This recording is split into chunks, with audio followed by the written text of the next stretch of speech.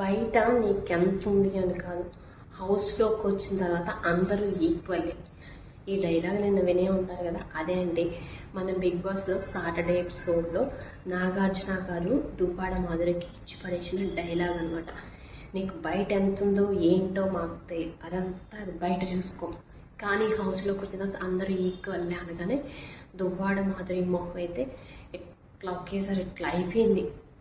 అది చూసేసరికి నేనైతే కొంచెం హ్యాపీగా ఫీల్ అయ్యాను. ఎందుకంటే దువ్వాడ మాధురి ఓకే గేమ్స్ బాగానే ఆడుతుంది, గేమ్స్ ఒక స్ట్రాటజీతో వచ్చింది, గేమ్ బాగానే ఆడుతుంది.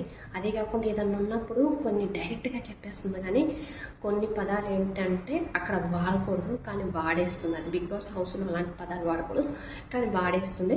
అదొకటి తప్ప తను కొంచెం గేమ్స్ పర్లేదు, వచ్చిన వాళ్ళలో వైల్డ్ కార్డ్స్ నుండి వచ్చిన వాళ్ళలో తను బాగానే గేమ్ ఆడుతుంది అనిపించింది. అదే కాకుండా ఇంకోటి ఏంటంటే తను కావాలని తనుజతో మంచిగా ఉంటుంది. ఎందుకంటే బయట చూసి వచ్చింది, తను టాప్లో ఉంది కాబట్టి, టాప్లో ఉంది, తనకు ఓట్ బ్యాంక్ ఎక్కువ ఉంది కాబట్టి బయట చూసి వచ్చిన తర్వాత ఇక్కడికి వచ్చి తనతో వచ్చిన దగ్గర నుంచి మంచిగా ఉంటుంది. తన హౌస్లోకి ఎంట్రీ ఇచ్చినప్పుడు ఇక్కడ బాండింగ్స్ ఎక్కువ అవుతున్నాయి, అవన్నీ కాదు, ఎవరికి వాళ్ళే గేమ్ ఆడట్లేదు అని చెప్పిన మాధురిని వచ్చిన తర్వాత తనుజతో బాండింగ్ పెంచుకొని తన దగ్గర కూర్చొని తినిపించి, మొన్న హెల్త్ బాగాలేనప్పుడు కూడా తనకు ముద్దులు పెట్టి కొంచెం ఏడ్చినట్లు చేసి తన కోసం తనకు తినిపించి ఒక అమ్మలాగా చూసుకొని ఒళ్ళో పెట్టుకొని ఇవన్నీ చేస్తుంటే బాండింగ్ అని మనకి ఈజీగా అర్థమవుతుంది. తన ప్లానే అది.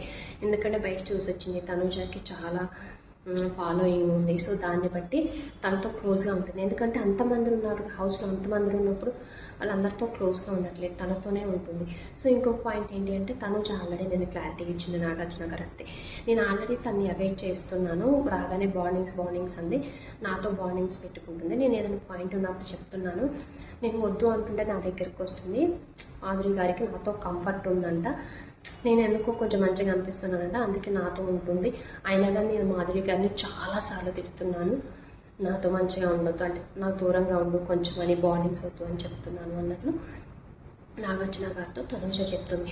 సో అంతగానని చెప్తున్నా తను మాధురి గారు తనతో క్లోజ్గానే బాగానే ఉంటుంది అంటే మనకి ఈజీగా అర్థమైపోతుంది తన గేమ్ ప్లాన్ అది, తన ఒక స్ట్రాటజీతో వచ్చింది, ఎవరైతే టాప్లో ఉన్నారో వాళ్ళతో మంచిగా ఉండి ఏదైనా జరిగినప్పుడు తన మాటలో కూడా మనకు పడతాయన్న ఇంటెన్షన్లో తను గేమ్ ఆడుతుంది. సో ఇదైతే ఖచ్చితంగా క్లియర్గా మనకు అర్థమవుతుంది, తన స్ట్రాటజీతోనే తనుజతో క్లోజ్గా ఉంటుంది.